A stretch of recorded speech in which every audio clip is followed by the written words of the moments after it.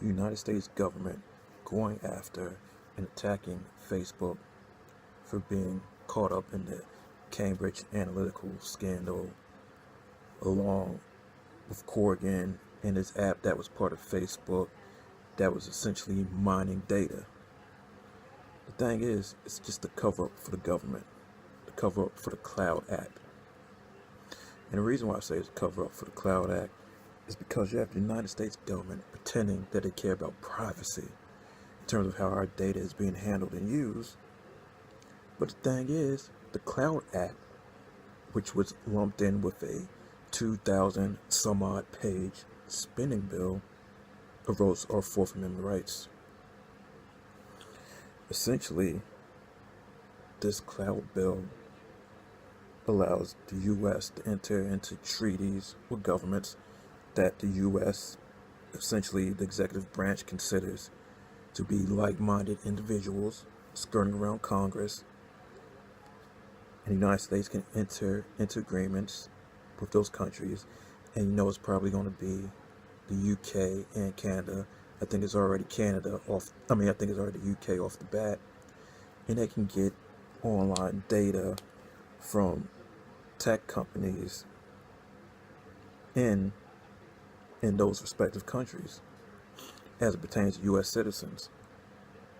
If they think that a U.S. citizen may be involved in a particular crime in the United States, and it really doesn't specify what kind of crime they mean by serious. I think the actual bill says serious crime.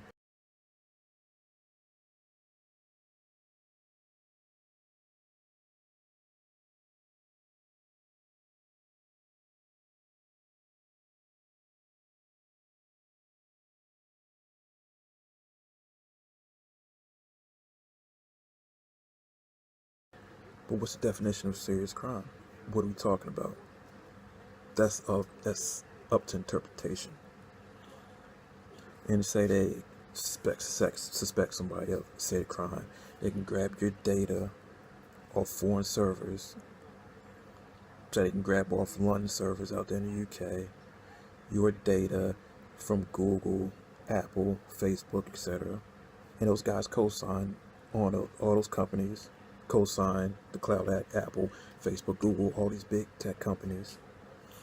And the United States can pull your data without a warrant and use it against you for whatever reason that might be. It's not limited to quote-unquote crimes, because all laws ain't moral, especially if you've been in the United States. You know there have been issues as it pertains to a plethora of things that people want to impose their morality over your morality instead of something universal, where they actually want to put you in a position to be oppressed. You could take that back all the way back in time. Say if there was email back in the day during the quote-unquote civil rights movement, civil rights hasn't nearly progressed far enough, and there's still money issues. But imagine them checking MLK's email that he might have set up overseas or something, because the people in the United States, the government, etc., don't support his activism, and that how he's trying to break laws with sit-ins, etc. And they pull that data off there and charge him with something, or block him, or prevent him from even organizing certain things, on top of what they were already doing in terms of spying on him from the government and trying to discredit him in certain manners as well. The point being is that the U.S. can engage in it, other countries can engage in it, saying, hey, they think their citizen committed crime.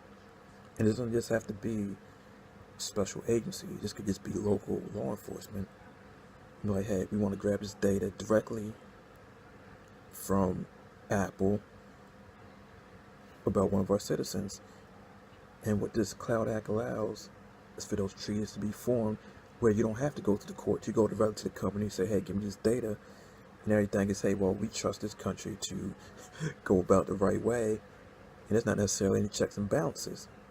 Yeah, they'll check in probably every, every so many years, maybe once a year, to make sure they live to the the United States standard of human rights and privacy. And even then, that's questionable because the United States is not perfect, sometimes not even good when it comes to privacy and human rights. It's essentially a way to skirt around the Fourth Amendment, and that's completely unacceptable as a U.S. citizen. And I won't even just say my opinion, just from a fact of the Fourth Amendment.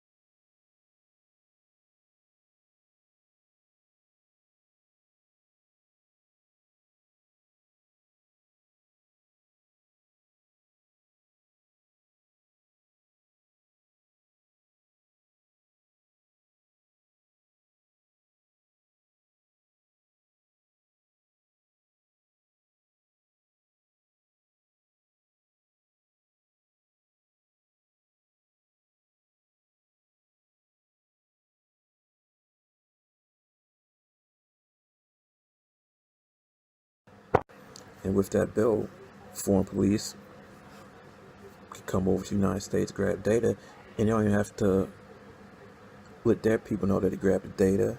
They don't have to let the United States know that they grabbed the data, even if it contains a U.S. person's data, because there could be communications between people from outside the United States and people inside the United States.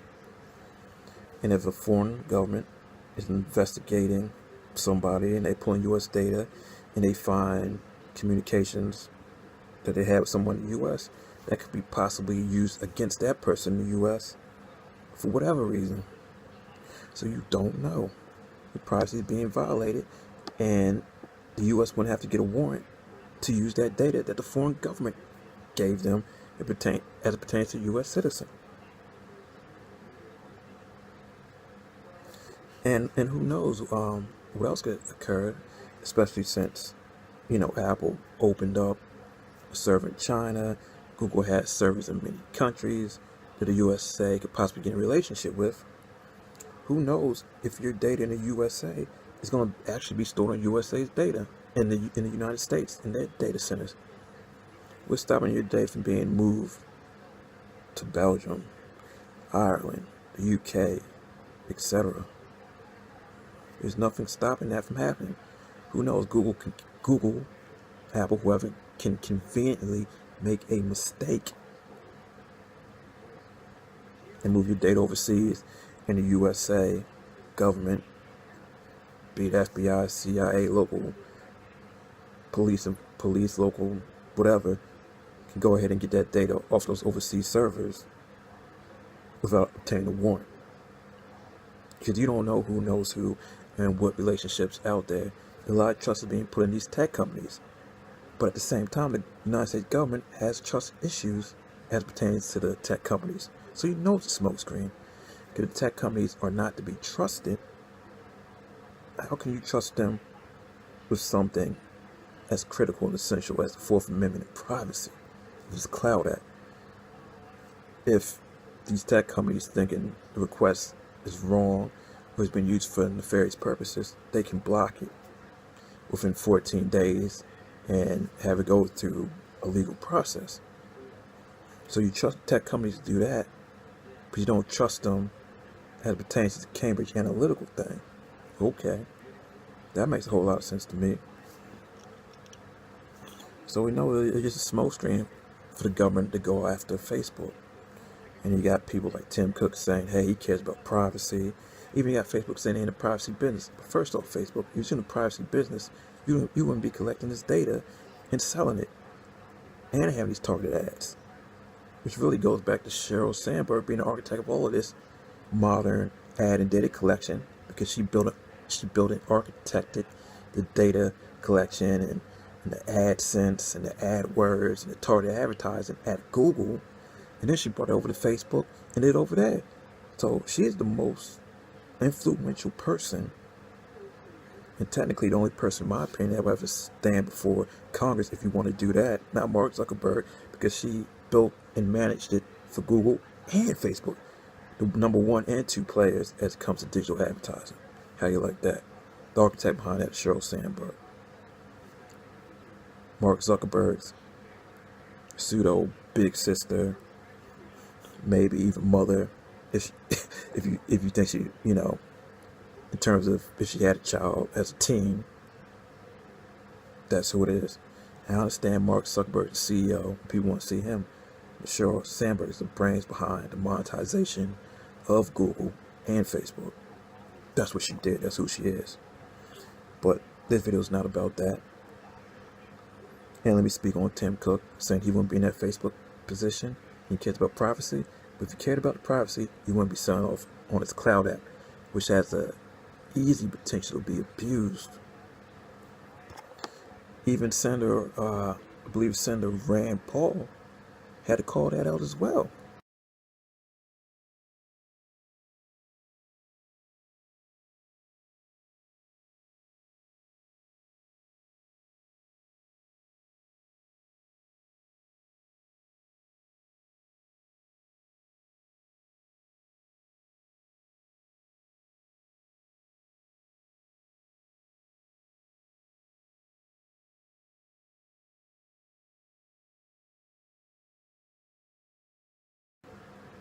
One of the only people to speak out on this, and this had bipartisan support. So the 4th Amendment is being eroded, and Facebook is being used as a smokescreen to pretend that the government cares about your privacy and your data. No, they don't. It's an oligarchy going on in a Big Brother type of situation, in which they can always hide behind convenient tragedies to try to make a point. So right now, we're in a position where we have to trade privacy for security. And I ain't about that, especially when you can't trust these governments. And governments recently, in the last 100 years, even closer, have had histories of human rights abuse, human rights violations, including the United States. You definitely see the human rights violation that it pertains to African Americans. So why is the government to be trusted?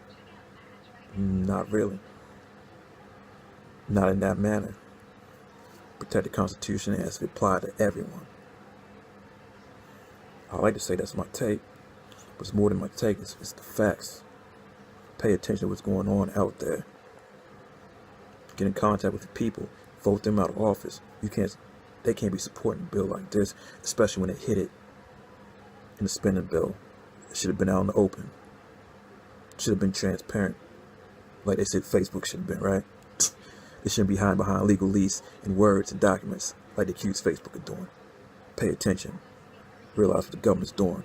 It's not a conspiracy theory. This is what actually is going down. This is what actually is happening. Make sure you get in contact with your politicians. Make sure you contact any of the politicians in the United States, really, especially your politician. Make sure you vote in the people that care about your privacy. This will definitely be abused at some point, and we'll have another revelation similar to the Snowden revelations and the NSA and the FISA courts, etc. That's all I'm going to say about that right now. Iceberg Jim out. Deuces.